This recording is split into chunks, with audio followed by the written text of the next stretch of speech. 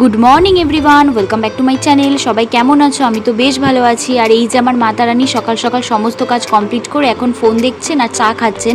না, চা খাওয়া কমপ্লিট হয়ে গেছে, শুধু ফোন দেখছেন। আর মাছওয়ালা দাদার আওয়াজ পেয়ে এখানে মাছ নিতে চলে এসেছে। আজকে বেশি কোনো মাছ ছিল না, শুধু বোয়াল মাছ ছিল আর চিংড়ি মাছ ছিল। আর এই বোয়াল মাছটার সাইজ দেখো কত বড়, দেখে তো মনে হচ্ছে এটার ওয়েটই 3-4 কেজি ছিল। এই মাছগুলো খেতে কিন্তু খুব ভালো লাগে। আর আজকে না মা মাছটা দাদাটাকে দিয়ে কাটে নিচ্ছিল, কারণ প্রচণ্ড বড় মাছ ছিল তো মা মাছটা কাটতে পারবে না, তাই দাদাটাই মাছটা কেটে দিচ্ছিল। তো মা এখান থেকে মাছ নিয়ে মাছগুলো ধুয়ে নিচ্ছিল। এদিকে ভাত রান্নাও হয়ে গেছে আর আমি সকালে খাওয়ার জন্য আলু ভাজা করে নিচ্ছি। আজকে সকালে খাবারে ছিল ভাত, আলু ভাজা, মাছ ভাজা আর একটু ঘি নিয়ে নিয়েছি, কারণ গরম ভাতে ঘি দিয়ে খেতে কিন্তু দারুণ লাগে। আসলে আমি কালকে রাত্রে ডিনার করিনি, তাই সকাল সকাল খিদে পেয়ে গেছে, তাই মা তাড়াহুড়ো করে সকালে রান্নাটা করে দিল। তো চলো খাওয়া দাওয়া কমপ্লিট করে নিই, তারপরে দেখি মার সাথে কি কাজবাজ করা যায়।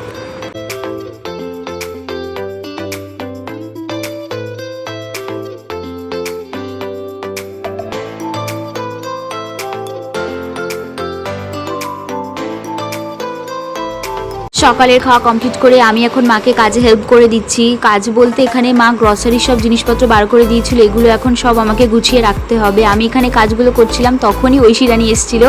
আর ঐশী আমাকে বলছিল, বিবি তুমি একা একা কাজ করছো, তোমাকে আমি একটু হেল্প করে দিও। আমাকে খুব ভালোবাসে আর কত কিউট দেখো।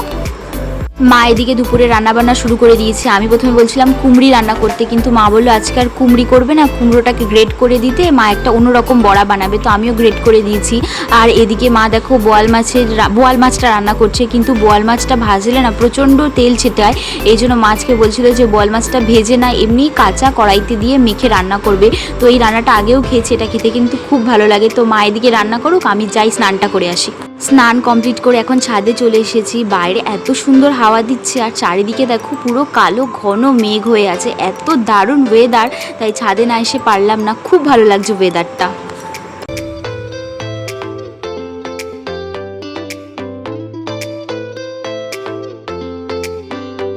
আর এদিকে ময়ূক কি করছে দেখো, যেই হাওয়া দিয়েছে আম পড়বে বলে আম গাছের তলে দাঁড়িয়ে আছে, কিন্তু হাওয়াতে একটা আমও পড়লো না, তাই ও ইট নিয়েছে আম গাছে মারবে বলে। ওকে দেখে পুরো ছোটোবেলার কথা মনে পড়ে গেল। আমরাও ছোটোবেলায় এরকম করতাম, হাওয়া দিলেই আম গাছের তলায় দাঁড়িয়ে থাকতাম আম কুড়বো বলে, কিন্তু বেচারা একটাও ইট দিয়ে আম পাড়তে পারলো না। টাকা টাকা টাকা নিচ থেকে পারছিস না বলে এখন ছাদে এসেছিস আম পাড়তে? হ্যাঁ, এখান থেকে তো আরোই যাবে না ইট, মার দেখি। ও ভাত খেয়েছিস? আবার পালালো।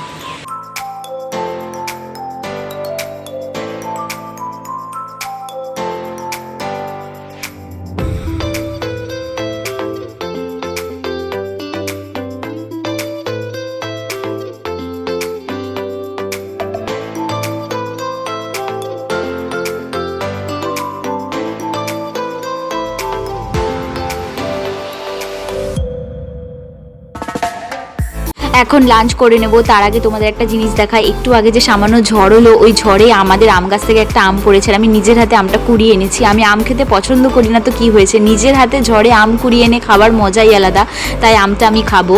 আর লাঞ্চে আজকে ছিল ভাত, এটা ছিল বোয়াল মাছের ঝাল বলবো না, কারণ এর মধ্যে আলু দেওয়া ছিল। তার সাথে ছিল হচ্ছে কুমড়োর বড়া। কুমড়ি খেতে যেমন ভালো লাগে, এই কুমড়োর বড়াটা খেতেও দারুণ, আমি একটা খেয়ে দেখেছি। তো চলো এখন লাঞ্চটা কমপ্লিট করে নিই। এসছেন স্যার সন্ধ্যাবেলা, কি করতে এসছিস? রাত কটা বাজে? 8টা বাজে। কি করতে এসছিস?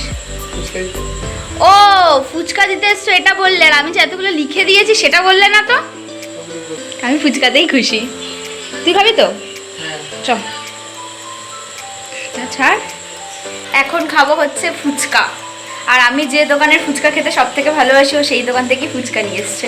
মানে আমি বলেছিলাম, আমাকে বলেছিল কি খাবি, আমি বলেছি ফুচকা খাবো। বলছি শুধু ফুচকা? আমি ফুচকাতেই খুশি। যখন ফুচকা খাই তোমাদের সাথে পরে কথা হচ্ছে।